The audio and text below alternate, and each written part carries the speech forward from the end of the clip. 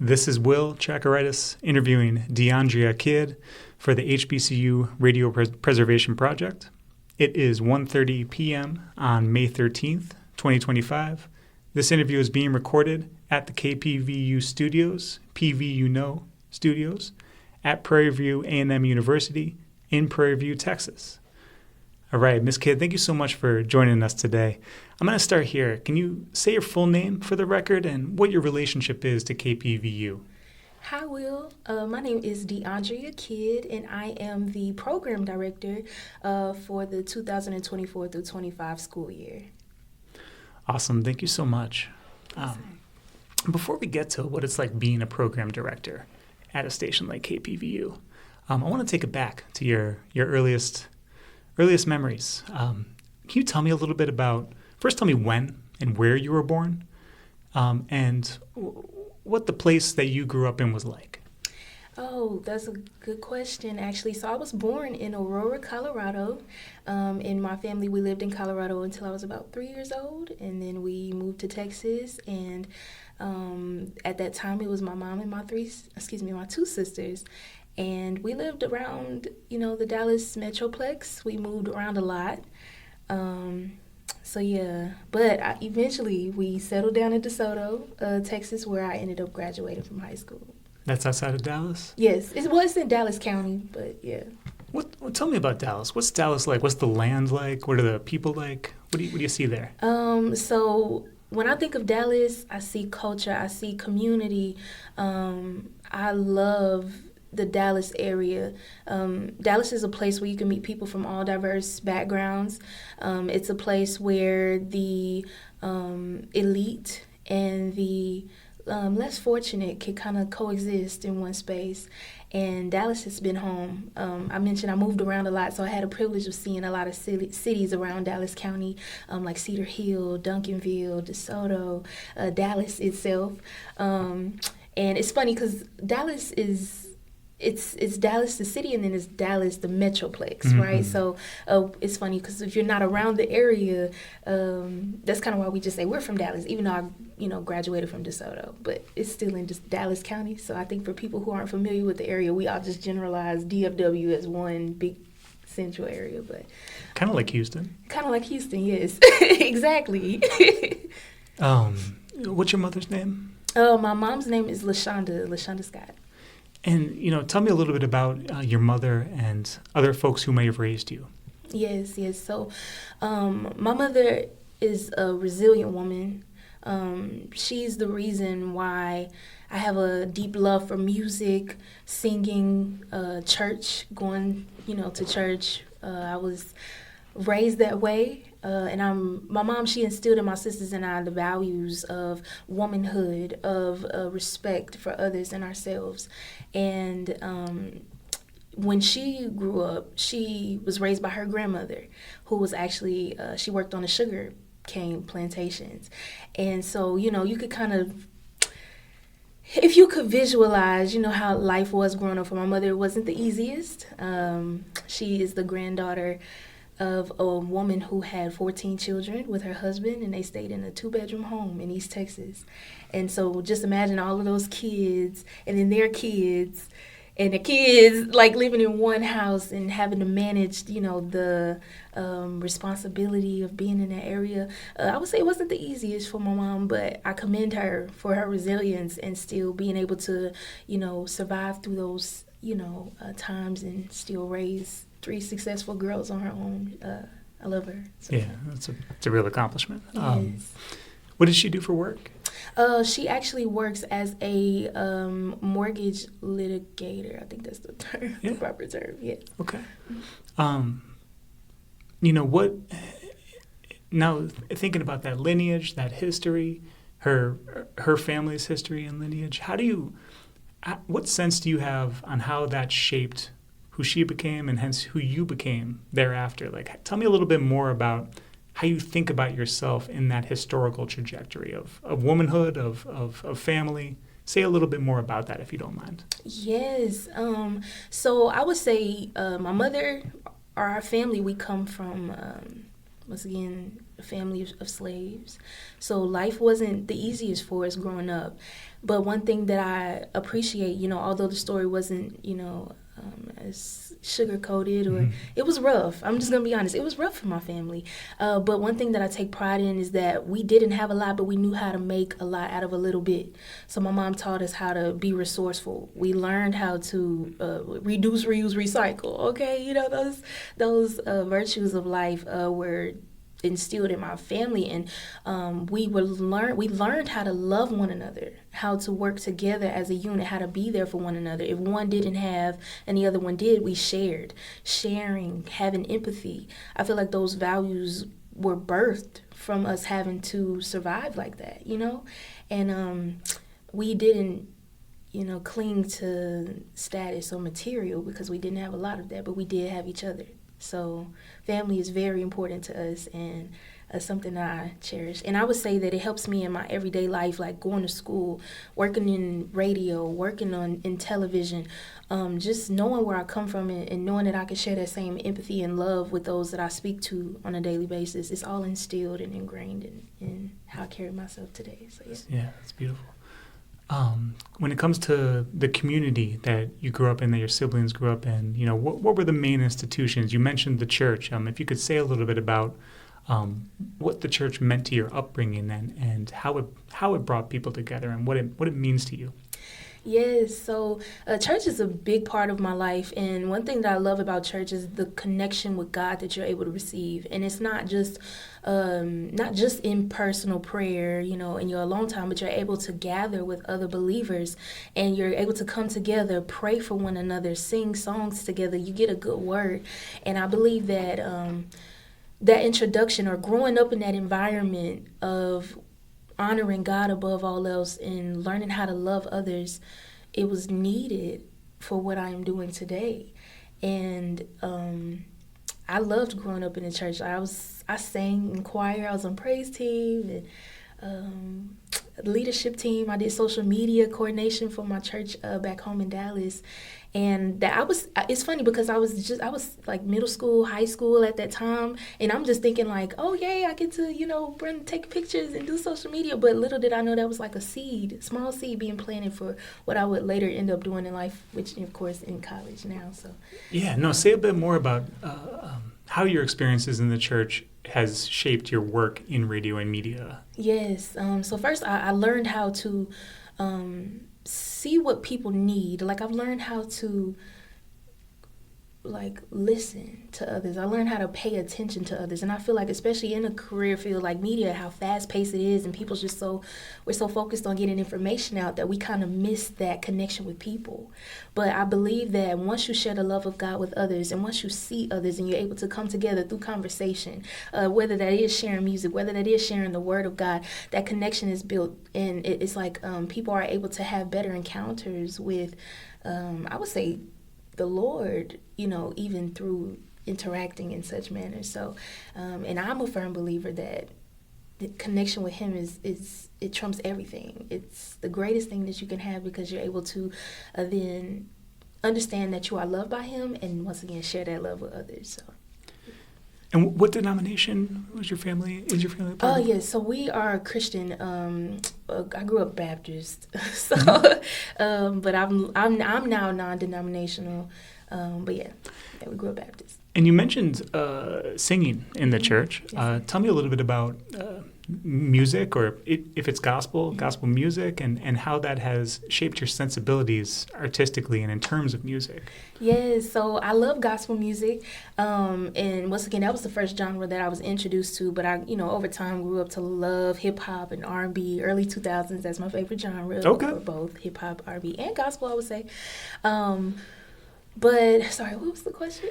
How the music of the church and how it's shaped your musical sensibilities. Oh, okay, yes. I love hearing choral music. And once again, when there's a body of singers coming together to sing a song, it's full out. It's a way that you can honor the Lord with your gifts. Like it says, let everything that hath breath praise the Lord. That's what the word says. So when you're able to do that and you're in the space where you can witness people singing beautifully. The notes, the keys, the structures of music is so beautiful, and it actually influenced me to write my own music. When I was in high school, I had the privilege of singing in the a cappella choir under the direction of Pamela Dawson, and I love that lady. I'm so grateful because she's one of the people that played a valuable part in my life and helping me to get that courage to sing out, I would say. Well, that's one of our questions is mentorship. So if Pamela might be that person for Yes, you, definitely. continue to speak to the value and the lessons that Pamela instilled in you in the work you do. Yes, Miss Dawson, she taught us how to not only just sing lyrics, but how to understand what it is that we're saying. She introduced us to songs from different genres. Like we've sung in Latin and German, English, of course, but French. She introduced us to these different genres of music and classical. By the way, we were in a cappella choir, but she was very strong on introducing us to classical music, professional singing, diction, vowels, and all of those things, articulation, and how to sing passionately while incorporating all of those things. And Miss Dawson is one of the people that I credit to for learning how to write music, because that led to me writing my own, and it led to me being able to compose songs for even Praise on the Hill here with KPVU TV. They're doing KPVU media, so they're starting to work together closely. What is Praise on the Hill? Oh, so Praise on the Hill is a show that I helped produce with KPVU TV this year. And it's a show where we were committed to spreading the word of God with fellow believers on campus. And it was also a way to show people that we have a lot to be grateful for. So every episode, we would introduce different concepts from the Word of God, like gratitude. That's a way that you show praise. Serving others, that's a way that you praise. So just sharing the Word of God with our fellow believers on campus. And we introduced different ministries here on campus. They were able to come. We talked about all different types of ways that you could praise: music, serving, prayer, just all the nine. But yeah. Growing up, what issues mattered most to your family? What were the pressing concerns? And they may have been expressed through the church or other organizations, but what was most important to your family and to you? I would say survival. Because once again, we did not have a lot. So that was not just speaking to financial things. There was a lot of educational. Like my mom, she did graduate from college. That was a great thing. But even just being aware of how the world works and, bills and just everyday life. How did you care for one another? For example, Or maybe among neighbors or among community members? Yeah, it was definitely amongst neighbors. Like I know my mom, she had 3 girls. Once again, she was raising by herself, so she had to work a lot, and that's where our community stepped in. There's a family friend, her name was May Neal. She took on the role of raising my sisters and I. When we come out of school, my papa would pick us up. We go to my Aunt May's house, and she'd take care of us. She'd feed us. We go to church with her. We spend the night with her. She would help be there for my mom. But yeah, man, it's like that. Like if our neighbors needed anything, they needed food, they needed clothes, we would give our hand-me-downs to them, or vice versa. My mom would cook one night, somebody else's mom would cook the other night. It was really a community-based thing. The term "it takes a village." Mm. It definitely took a village, and but yeah, that's the ways that we served one another. That's great. Now, when it comes to the music that's on in the house, or is radio on in the house? What kind of music is playing? What are you hearing as a child growing up? Yes, definitely radio and CDs. My mom, she was a CD girly. Oh, my goodness. And there were some CDs that my mom would listen to that I would keep on replay. I would play them, and I loved to hear the singing and the chords. I don't know what it is about chords and music, but I would just literally sit by the radio and just play the CDs out. Once one played completely, I pop it out, put in another one. And it was artists like Fred Hammond, Kiara Sheard, LaShawn Pace. There's a CD my mom used to have called "We've Come to Praise" by Old Landmark Ministries. They were a choir in Colorado, and I love listening to that CD. But yeah. Mm-hmm. you mentioned the chords, so I'm wondering, do you hear the music first or do you hear the vocal performance first? Like what sticks out to you? Vocals, especially if I can hear chords. And I know we've been talking about gospel a lot, but even in R&B and other genres, like Beyonce, she's a good artist to reference, like how she stacks her vocal cords, her vocals on music, and it's just all these pretty little ahs and oohs and all of that. That catches my attention first. Yeah.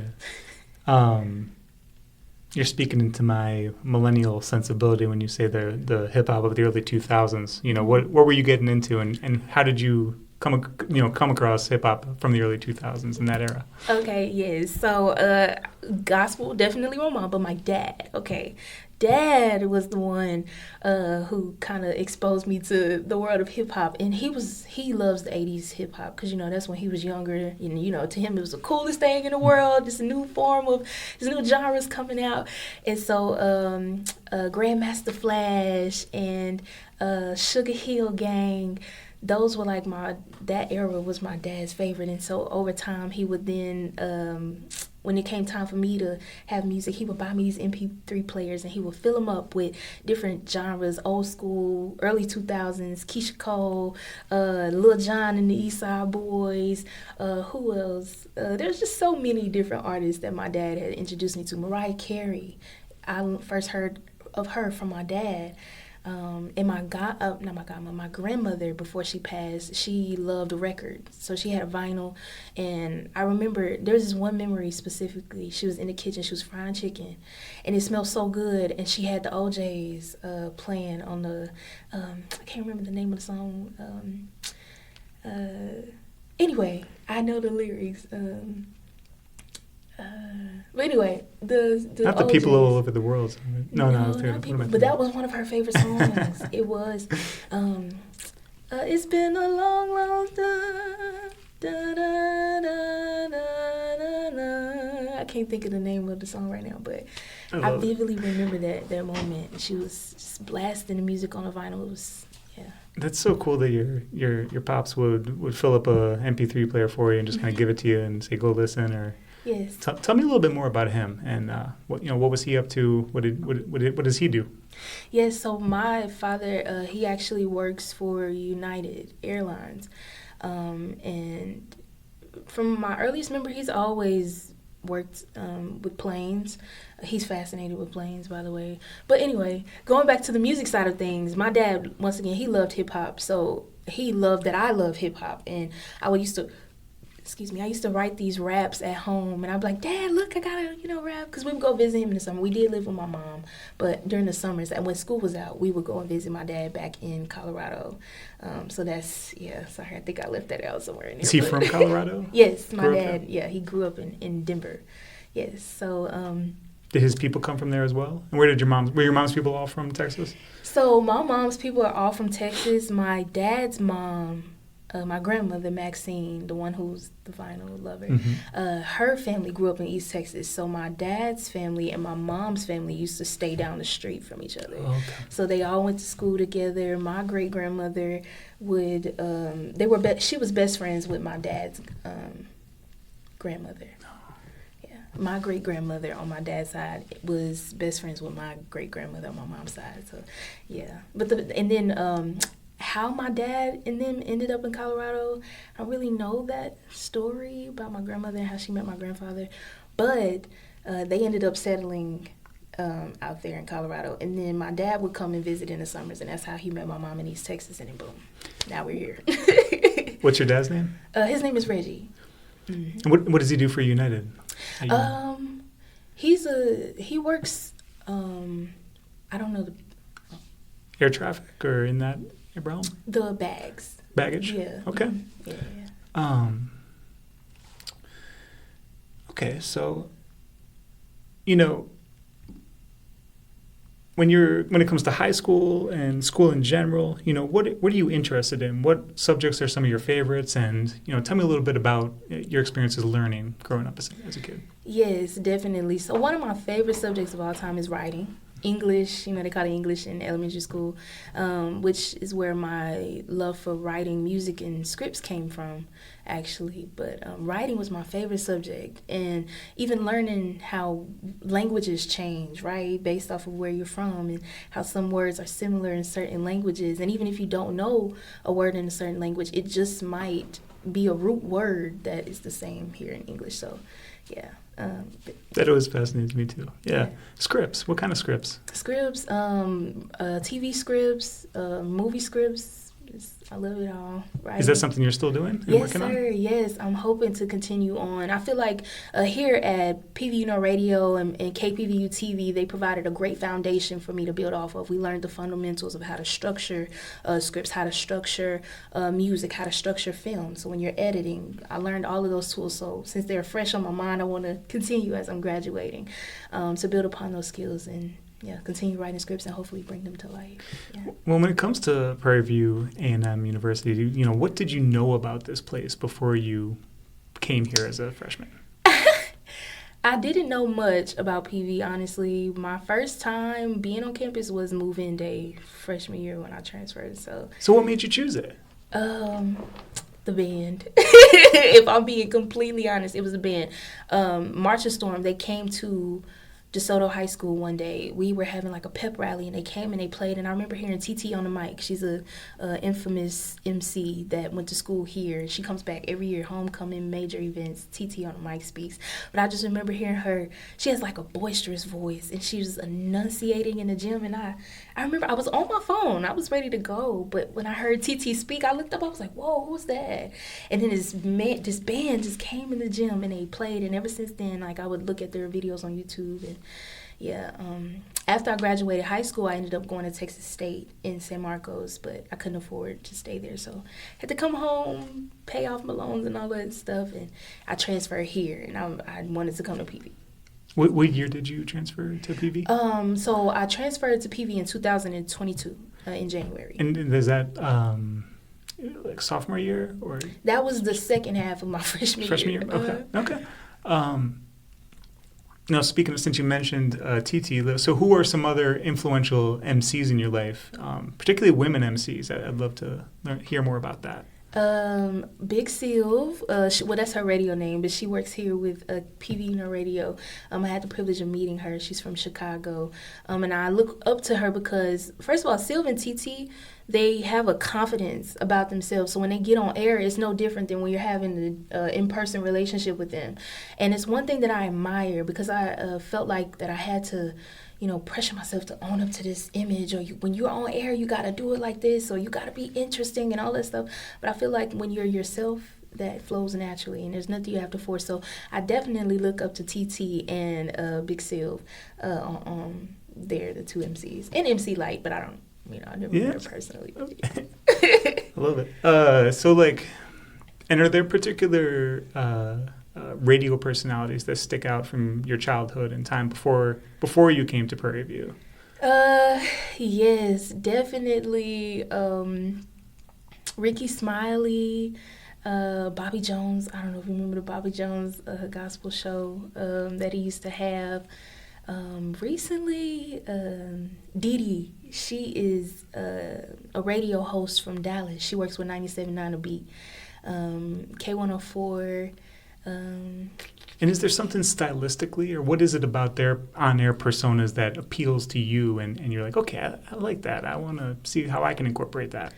I think just the tone of voice, the subject matters, the things that they talk about. In entertainment, I can't think of his name. There's this one, Nephew Tommy.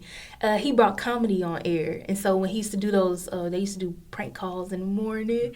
And he used to create these scenarios, and people would be in and they would call into the radio station and be a part of the hotline for the prank calls.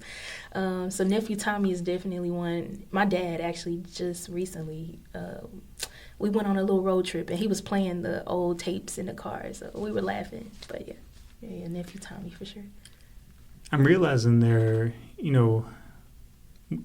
you mix in so many different elements of entertainment. You mentioned comedy, singing and emceeing and, just being a host, a personality in general. when did it click for you that it was like, okay, I kind of got to be able to dip my toes in all these different parts of the water here if I'm gonna kind of be successful? Like, how do you think about that holistically? Like, what do you know what I mean? Yes. The way I see it is there used to be a time where I wouldn't research outside of what I was used to. But when I came to college, actually, is when I kind of found a problem with that. Because when you build connections and when you meet people from diverse areas and you don't really have knowledge of what they're talking about, it creates kind of like a barrier in building communication or connections with those people. And so after a while, I'm like, wait a minute, I have to learn more about the industry, especially working in media, right? There's so much information out there.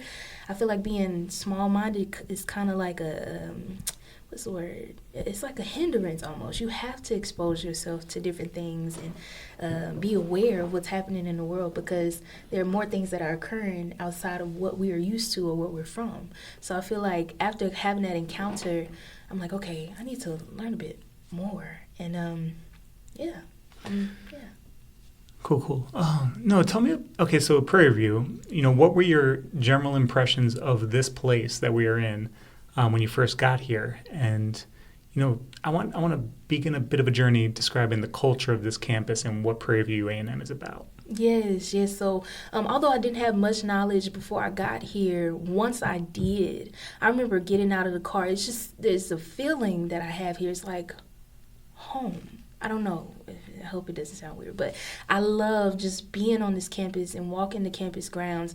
And then once, because I remember my first time being introduced to PVU on radio, they were outside on the stoop, on the green stoop. We call it the green stoop. And they were playing music. They had the DJ table set up. E-board was outside, and they were just chilling. And when I first got here, I had already been making music. So, and plus I mentioned I was a transfer student. So there were a few years in between before I came back to school. But once I did, I had this mentality like, okay, when I come back to school, I'm not playing any games. I had to work hard. I worked so hard to get back in school. I'm going after everything. I want to join all the organizations. I want to know what's going on. I want to be at all the events. And so when I was walking past PVU radio, I heard them playing music, and I was like, I wonder if, do they play the songs for the students? I don't know. So I'm just going to walk over here and see. And I was like, hey, y'all, I introduced myself. And it's like, what y'all doing? And it's like, just chilling. It's like, what do you do? That's what they asked me. And I was like, oh, I'm a communications major. I also make music. And it's like, you do? Well, welcome to the radio station. It's like, what's your song? What's the name of your song? And I told them one of the recent songs that I had made, and they ended up playing it on, like, right there as soon as I met them.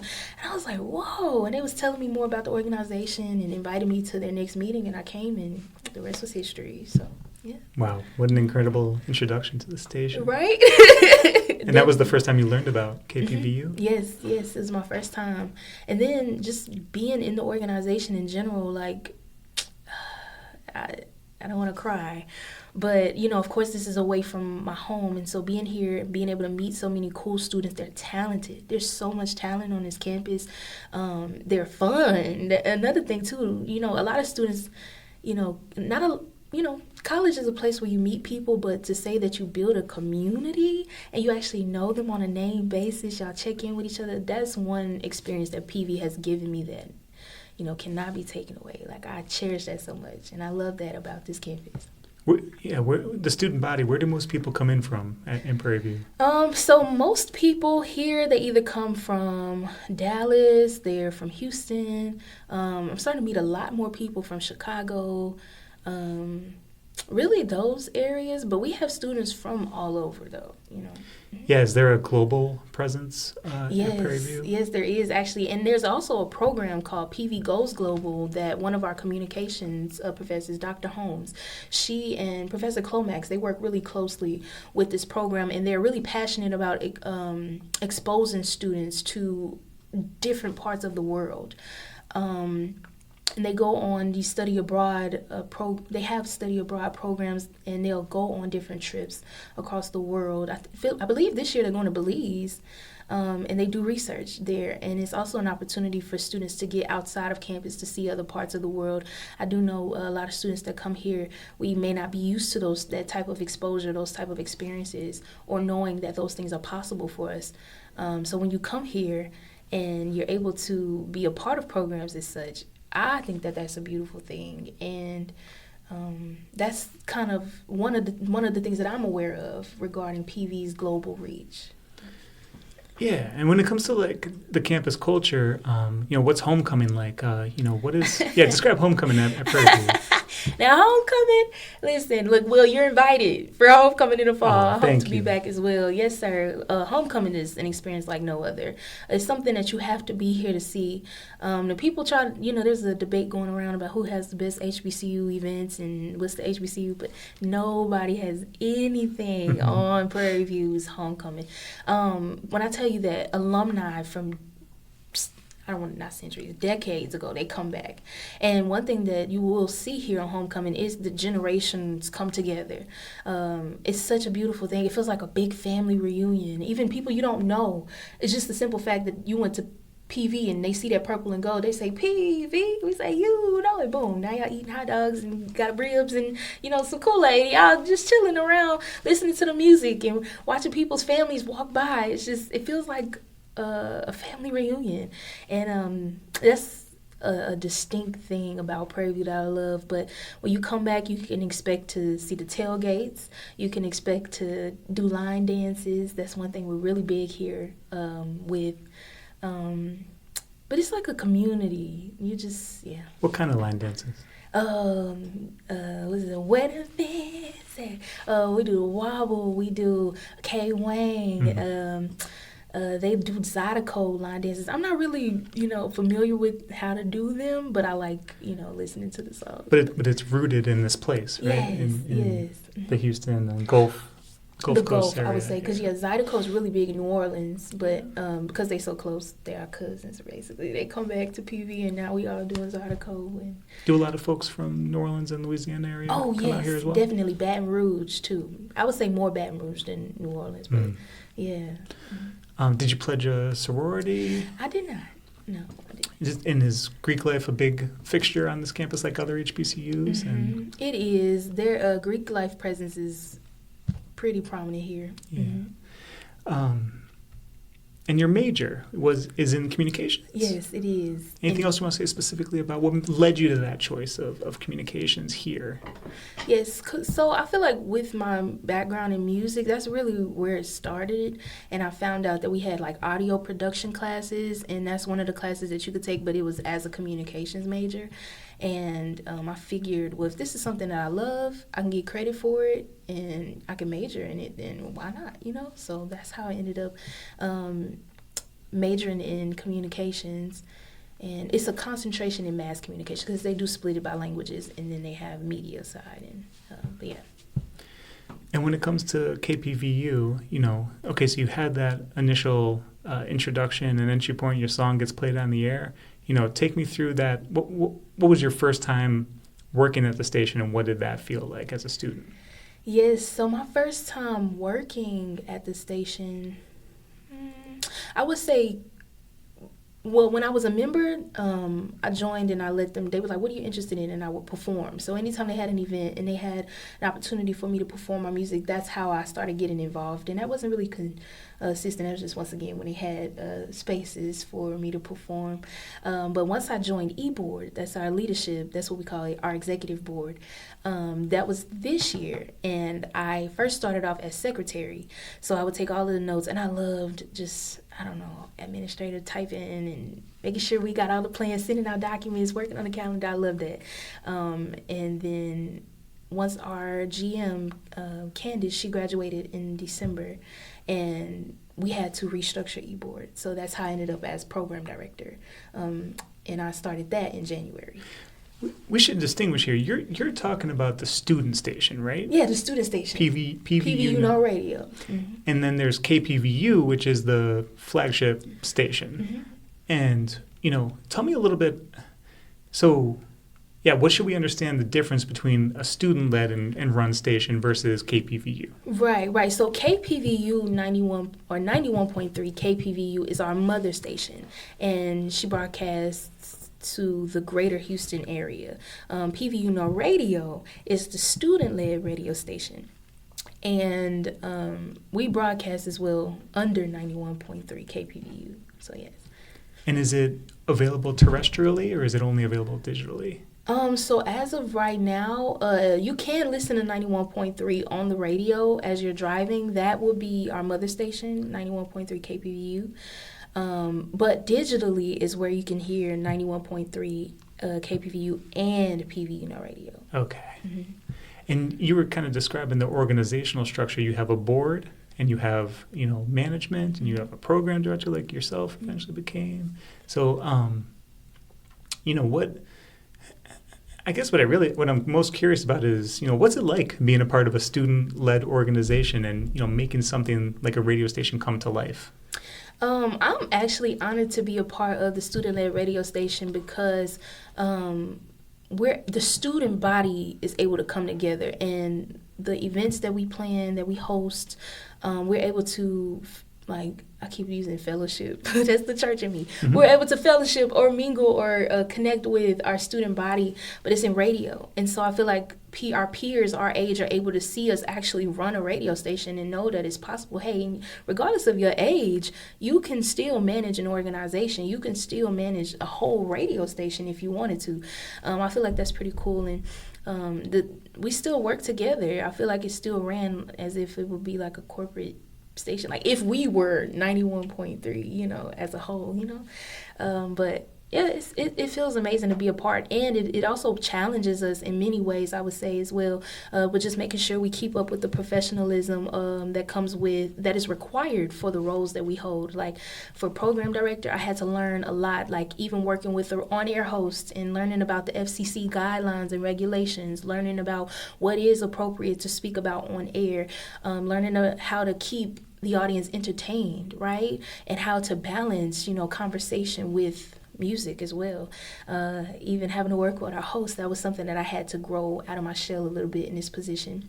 Because, our hosts, they are really creative. Once again, we got a lot of talented people, but when it comes to setting the structure, like, hey, okay, I know you guys want to talk about this, but we got to keep in mind the guidelines, being in a position where I kind of had to be the sergeant at arms, like, hey, we getting close, we gotta kind of clean up the content a bit, or it just pushes us in different ways to prepare us for the real world. So, and speaking of the hosts, give me a sense of what some of the programs are like and the format, and what can people expect to hear if they're listening to PVU Now? Yeah, so if you're listening to PVU Now Radio, you can expect to hear the hottest and livest, I would say, songs that we play on the radio. You'll also be able to hear the young, talented artists and hosts. We interview a lot of student artists. Our student body will invite them in. If they have new songs, we'll come and talk to them about their songs.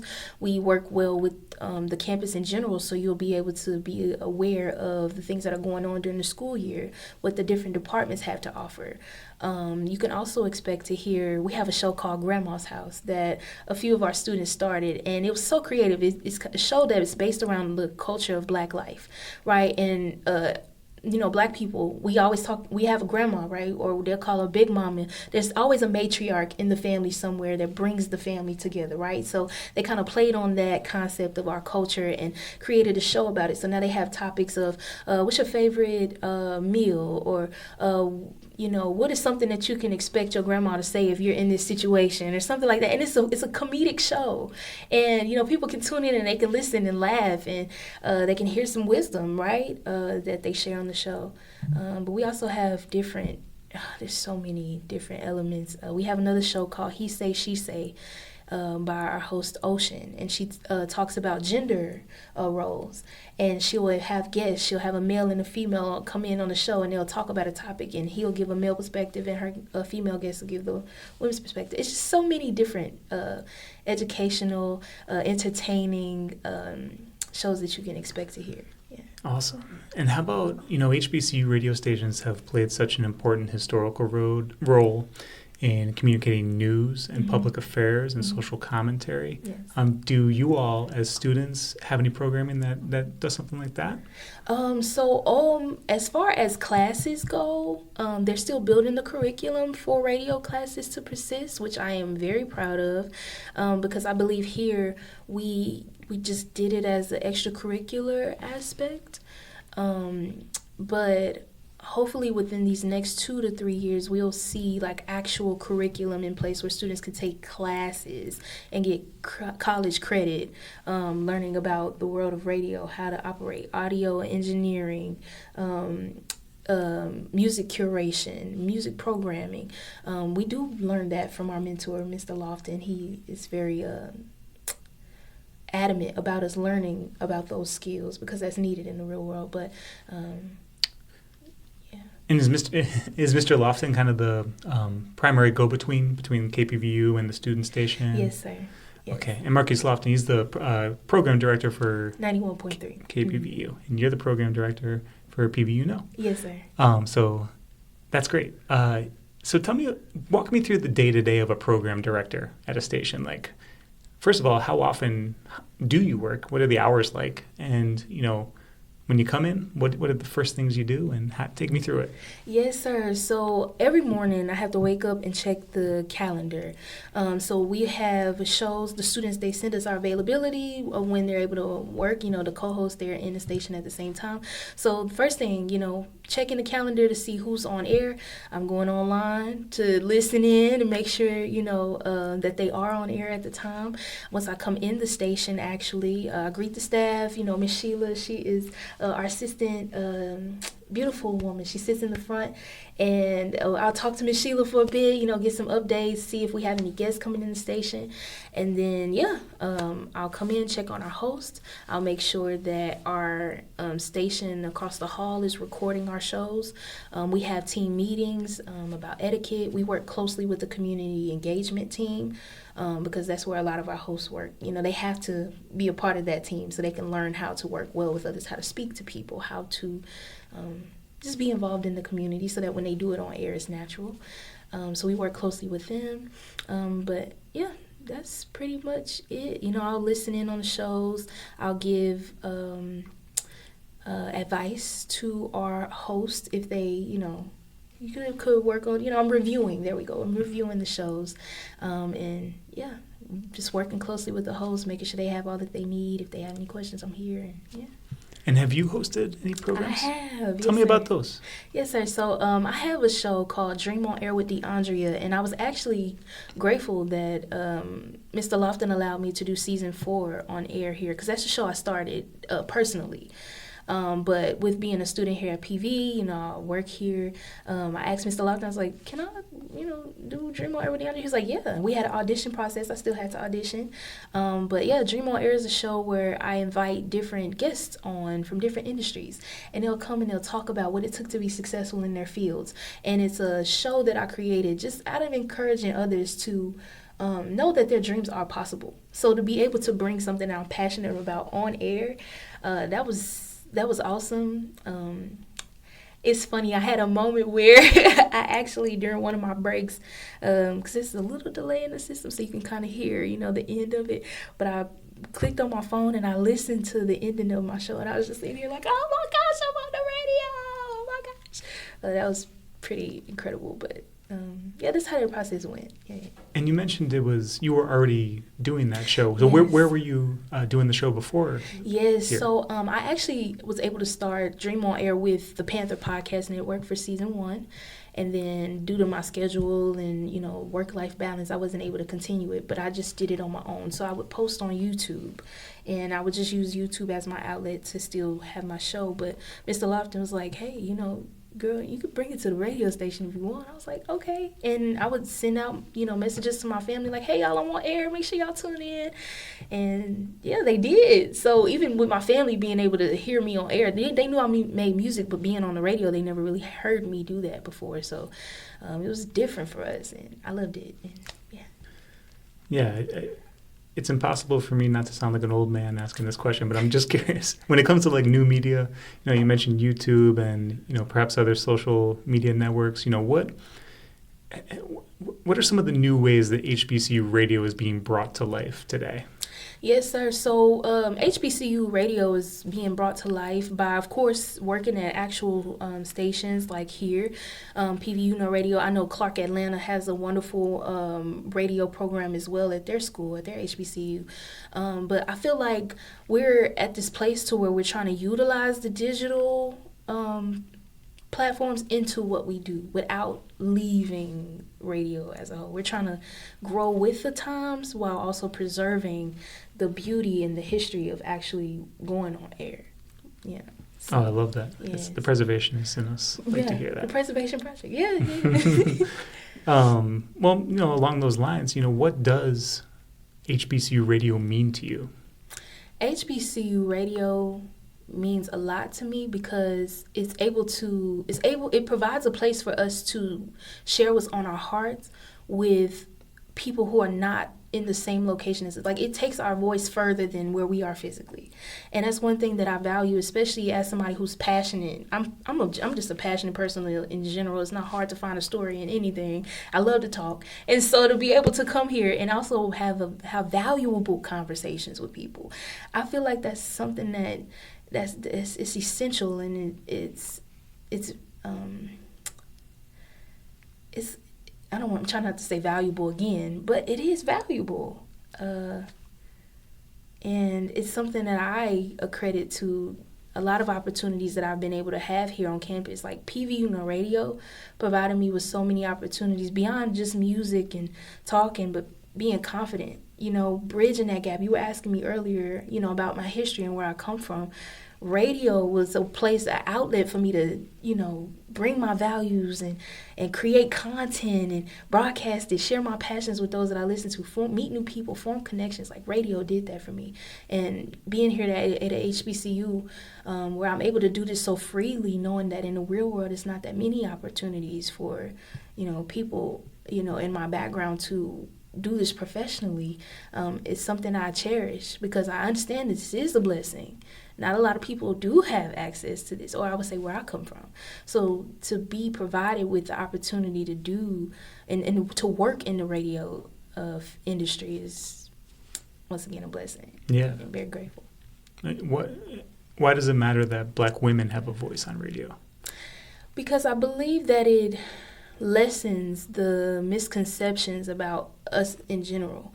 I feel like, once again, communication as a whole, it helps to bring a level of understanding between the masses. And even if people hear Black women on the radio and they still don't want to understand, I feel like that's a way for them to encounter us without the stigmas attached. You get to actually hear us express ourselves and just the things that we deal with on a daily basis. I mean, everybody, every gender goes through something, right? But I feel like we as Black women have it a little bit harder because of the misconceptions. But being able to come on air and be free and express ourselves and not be told we're too loud or we're too ghetto or we're too this or too that, just having the freedom to create and bring beauty on air, man, it's a privilege, and I value that.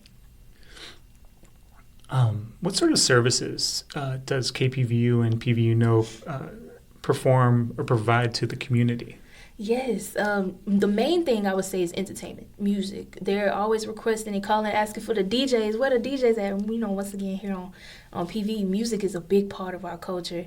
There's not an event that you can go to where you won't hear some type of music playing, right? So PV Radio is really big on that. If CAB or SGA, if they're having events, they want PV Radio to play music. The students come out to hear the music. They're attending the event, but they're coming to hear the music.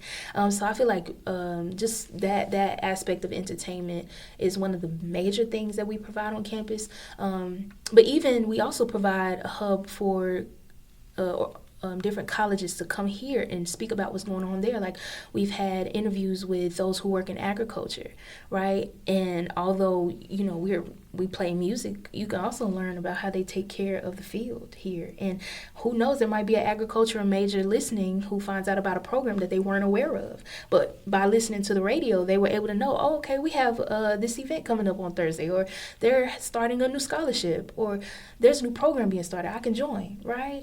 Or chemistry. We've spoken to people who are chemistry majors, chemistry professors.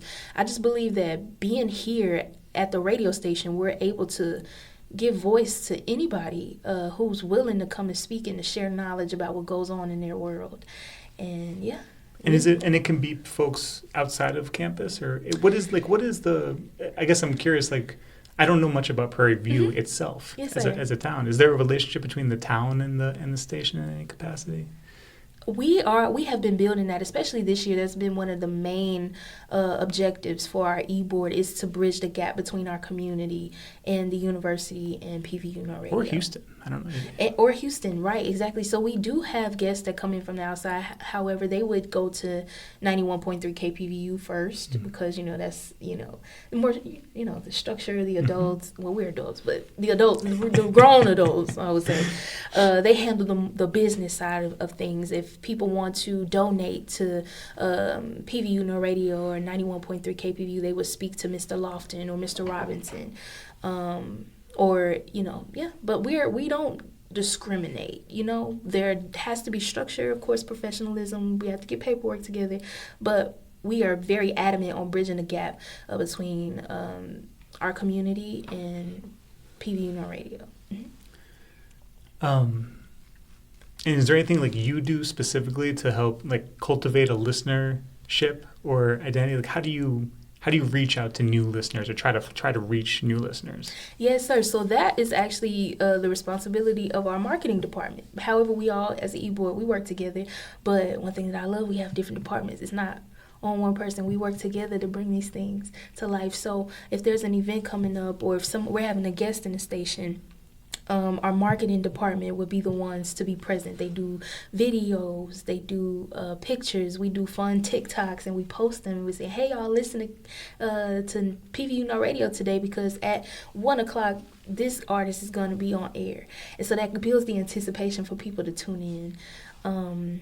But yeah, so our marketing department does a very great job, actually, of spreading the news about what we have going on at the station. How many years off did you take before transferring? So I went back to Dallas in 2019, so 2021. I would say 2.5. Okay, so this is what I wanted to ask.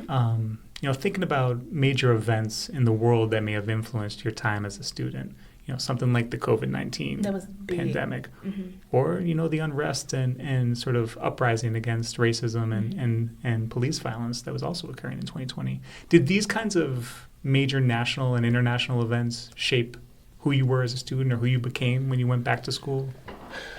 Or how did it impact your life?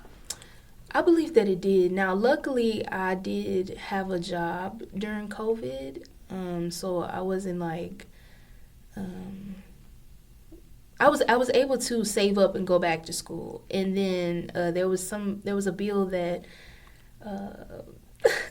Joe Biden passed. I can't remember what it was, but it knocked some of my student debt off. So, shout out to Joe. Thank you so much. But during that time, I was able to save up and go back to school. Now, of course, that was, 2020, 2021. That's when we were still going through the pandemic. Church was closed, though. So there was the shift to online streaming in church.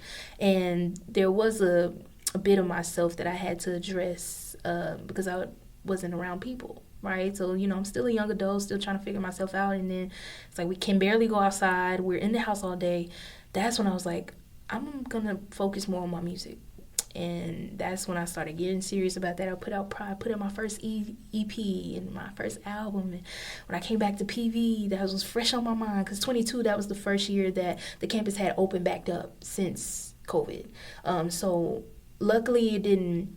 I didn't miss out on making new friends because we were all coming back at the same time. Even though I was coming here for the first time, the other students were coming back. So we all were still getting to know each other.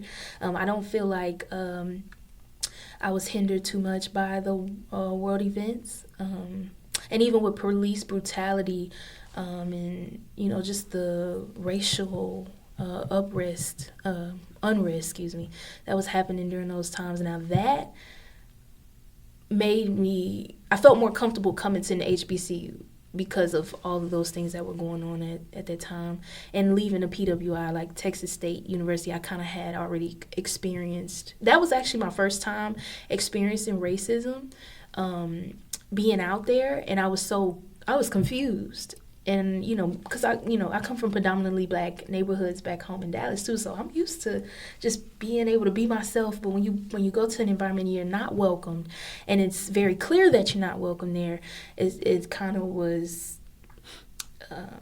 it opened my eyes to how real, Yeah, can you say a little bit more, just what kind of racism you experienced at that PWI and how it made you feel, or how you addressed it? Yeah, there will be times like I would sit down at a table and people would literally get up and move and walk away.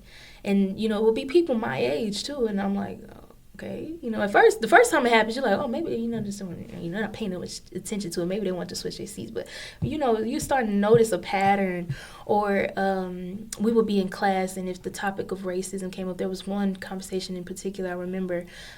It was only me and another young black girl in our class, in my English class at Texas State. And our Professor Rogers, she was really adamant on having conversations about equity, about inclusion, knowing we are all human. And one boy, he was a young white boy, he bursted out in class. He was like, why do we keep talking about racism? Racism is over. You guys just keep complaining as if racism is still happening. Racism is over. We just need to give up on having this conversation. He had an outburst in class while, our professor was talking about equality. And to see him be so upset about something that he never experienced was, I don't have words for that. But it did open my mind to say, okay, there's definitely still conversations or something needs to be had, right? Because there's just a big misunderstanding on both sides. And that kind of broke my heart, just seeing how, and he was angry. He was so over it. And then it's even in the concept, racism, it's not really over, though. Like, even if we talk about pay wages and pay gaps and working in the workforce and how white males tend to make more than black women and we're doing the same job, you can't tell me that. What other explanation is that other than racism or some type of discrimination, So It's not over. And conversations like that still need to be had, Yeah. But, yeah. Luckily, I was able to come back to HBCU and I felt safe. I felt home. And people welcomed me and you get a lot of free food, too. I love my foodie girl. We have a lot of events. Food is a part of our culture here. So, yeah, I was grateful to be here. Yeah, right on. Yeah, thank you.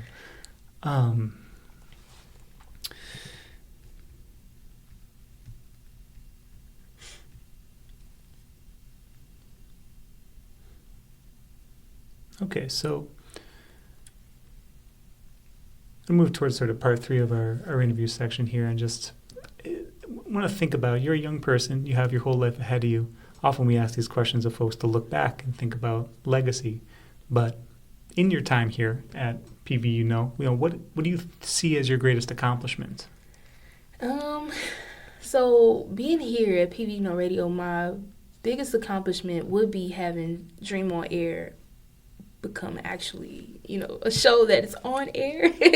That was my biggest accomplishment. Oh, and I got to open up for Young Nudie and Mariah the Scientist. They're artists in hip hop and R&B field, and PVU Radio was the organization that allowed me the opportunity to perform my music as an artist on campus. And there were so many students in the Baby Dome, and nobody knew my song, but I had to teach the audiences. Well, a few people knew my song. I had performed it earlier that year, but doing it during homecoming, once again, with people from all over, different types of HBCUs come here to PV, I was able to perform in front of a new audience. I taught them the song, and they were interacting. They were singing the song back to me. So that was an experience that, PV provided. No, that's incredible. So you actually performed that homecoming on stage. Yes. So say more about what that felt like to perform your music for your people here at Prairie View.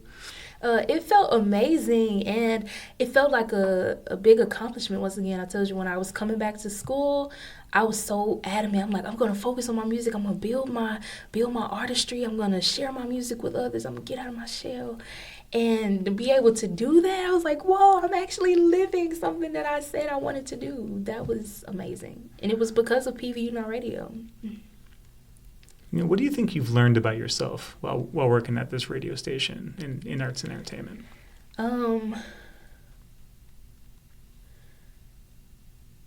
That I have it. And what I mean by it is that, I used to be so insecure. I didn't know who I was, and I would just, I knew what I was passionate about. I knew what I loved, but I didn't know who I was. And I had nowhere to put this awareness, I would say, or I didn't have awareness of who I was. But being able to be on air in not only radio but TV, be able to talk about the things that I'm passionate about, and it makes sense, and know that I do have value to bring. I feel like these organizations have provided me with that awareness. And it really came through experience, just practicing, learning how to get better at talking on air, learning how to prepare myself before I go to class, or prepare myself before I come on air, so that I can fully articulate or fully, get that passion out, or whatever it is. Even in making music, making songs, it built confidence, and having the avenues to share my art with others was just the one of the biggest takeaways of working here. What do you think is the most important thing people know about KPVU and this place? That is needed. That it is needed. I feel like sometimes our department gets a little overlooked because PV is not really known for the communications. We're known for sports or band, once again, as I found out. But it's not really about the communications department, and we have to raise a lot of the funds that we have here through fundraisers, or us coming out of pocket, using our own personal money to fund the visions that we have for events. But there's something valuable here. It's not just entertainment that we provide. Like, we have students with stories. Students have been through things, and they've overcome a lot. And we come here, there's a community. We're able to be there for one another, have fun, hang out. The radio station is where we do it, even having events and showing up. Like, this is, and I'm so glad that there are projects like the HBCU Radio Preservation Project, because it's needed. I want this station to last for as long as it can, and we cannot do that without, contributions from our community or support from those who are listening. It takes a lot to run the radio station as well, but it's worth sustaining. It's worth listening to. It's worth supporting. There's value here. Yeah, I mean just thinking historically, I don't mean to put you on the spot, but do students learn anything about the history of a station like KPVU and the lineage that you fall into? Like, what is the relationship between history and the work that you all do as students here at the station? Yes, and that's a good question. So, Will, honestly, there is a bit of a disconnect. And I believe that a part of that just comes from, curriculum. We're not being taught our history anymore. History is being hidden. They're telling us you can find out about the history, but you got to go to the 5th floor of the library. A lot of people, we don't pass floor 3. We're 5th floor. That's special collections up there? Yeah, they actually have a museum. Yeah, so they keep the historical artifacts on the 5th floor in the library, and you can request to go up there and, study, read the books. They have old yearbooks and things like that. But there is a disconnect, and I feel like we should have more conversations about the history of radio to not only appreciate the contributions that our predecessors made, but to also know that we have something to bring to the table too here. We will be a part of history at some point in time, and so we need to be aware of it. We need to put out our best content. We need to represent our organization well, because this will then become a moment in time that future generations look back on to see what we were doing. And we want to make sure it's legendary, just like the history before ours was. I love it. So going forward, you're graduating on Friday? Saturday? Mm-hmm. Congratulations. Thank you. So, what are you still hungry to learn about when it comes to radio and media? And, what do you want to accomplish after your time here at Prairie View? Yes, sir. I want to learn about ways to keep radio, keep it relevant. We're relevant now, but as fast of a pace that media and entertainment consumption is going, I want to learn about better ways that we can keep radio alive. And I desire to work in radio in the future, whether that be as an on-air host or an MC for an event. DJ, I'm not really good with the turntables, man. It feels like playing the drums to me. You know, there's so many different elements and things, but I still want to be around. I still want to work in the radio space and to learn what professional career opportunities are available to me for me to be able to do that. That's what I'm focusing on moving forward. Mm-hmm.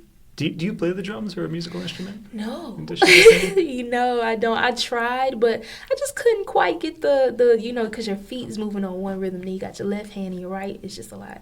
But I was able to play the piano. I got good enough to play on both hands, but then I stopped and forgot.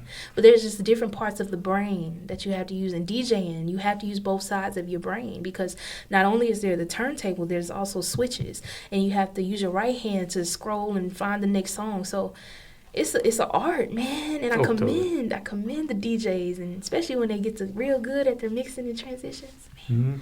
And we have a lot of DJ workshops here too, so students are able to come in on their free time and learn how to DJ. Oh, that's awesome. Mm-hmm. One of the four elements, Yeah. It's important. Very cool. And of course, singing and performing and rapping, is that something you see in your future, continuing to pursue that? Yes, it's so in my mind, and this is just a dream. I'm going to share it with you guys, but in my mind, I see me being able to do it all. I want to, whether I have to build this place from the ground up myself, or I get to work a part of a company that does it, I want to incorporate all elements of making the song, putting the song on the radio, using the song for television and films, and being able to invite others from communities all over to do the same thing. That's what I'm hoping. That's the ultimate goal, to centralize all that we do here. And one thing that I commend our e-board being able to do, we have built that community between the TV station and PVU radio. We were able to produce a show for a Dallas artist called Dero. He has a song called Ice Cream Paint Job. He just came in December. Dero actually went to PV, right? So we're talking about the legacy and things. We were able to invite him back with the help of a third-party company. They reached out to us. So that's that connection we was talking about, that community. They've been to PV before. We were able to establish that. And we were able to interview Dero. And after we finished his interview here at PVU Radio, we worked with the e-board of KPVU TV, and he was able to do a live performance, and we streamed it. That's a part of that cohesiveness, that community, making everybody from different walks of life coming together to produce that show for him. And we got experience working it. Everybody got something to put on their resume. Dero has something to, go on and post with his following that he came back to his roots. Like, I want to be able to continue doing this and building this community. Yeah, that intergenerational piece is so important at all of the radio stations that we've been visiting. You mentioned the TV station. Have you also done a bit of work at the KPVU TV station? Can you say a little bit about what that aspect of the job is like? Yes. So at KPVU TV, I served as a producer this year.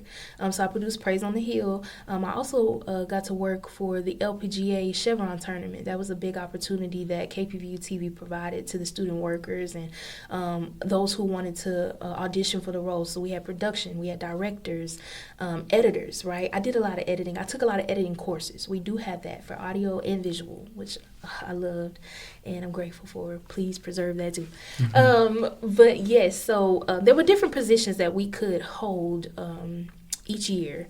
And this year I served as a producer for Praise on the Hill, and I was able to oversee a staff of 7 people. We had a director, we had tech crew, and then we had editors. And I would write the scripts. I would find the guests, interview the guest, and send it to our editor. She edit the show, and our social media coordinator will upload it to YouTube. And that's basically the structure for every show. But that's what I do there, or did. Cool. Yeah. Well. Any other mentors that you specifically want to shout out or speak to from your time here? Yes, Mr. Marquis Lofton. Thank you so much, Mr. Lofton, for teaching me just the ins and outs of radio, not only being on air, but also behind the scenes, learning how to edit shows, produce announcements, radio commercials, all the 9, do jobs. Thank you so much, sir. Professor Tony Clomax, he works closely with KPVU TV, just him believing in the vision for Praise on the Hill as well, and all that he's taught me in the courses that I've taken as a student in his class is how to edit professionally. And a lot of students will say Professor Clomax is hard on us, but he just really wants us to succeed because he knows what the real world is like. And, it's nice that you can edit, social media video. That's very nice. But when you're trying to go work for Marvel and Disney and all of these big corporations, they want to know what you can do with industry level software. And you have to bring your best in that field, especially coming from, our background. It's just a harsh reality. We have to be prepared for that. And so I thank him for being hard on us because it pushes us to be our best selves, not to prove anything, but to improve. Dr. Holmes, a part of the PV Goals Global program, she's very committed to exposing us to the beauty of the world, not just being limited in our thinking or experiences. She's in place to provide those opportunities for us. Dr. Erdley, she's a professor here too, but she led our improv classes, and that helped me a lot on radio and in television. Sometimes your mind goes blank. You can write a script, but you might forget what comes up next, but you being able to improvise helps you to get through that. So we had improv classes. Off the top of my head, Dr. TDV. Yeah, she's the head of the communications department.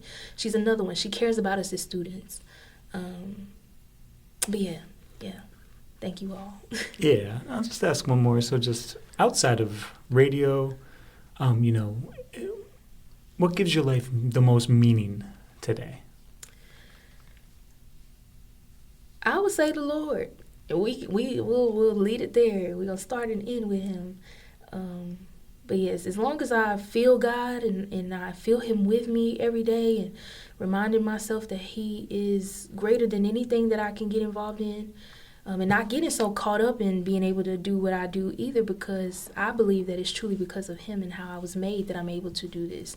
He provided me with the experiences. Like I mentioned earlier, how when I first met PVU Radio, they asked me what my music was and my song, but what if they weren't there? Like, it's just some things that you can't really explain. I do believe in divine timing and orchestration. So I believe that God is the biggest aspect of my life. And if it weren't for him, I don't think any of this would be possible. And,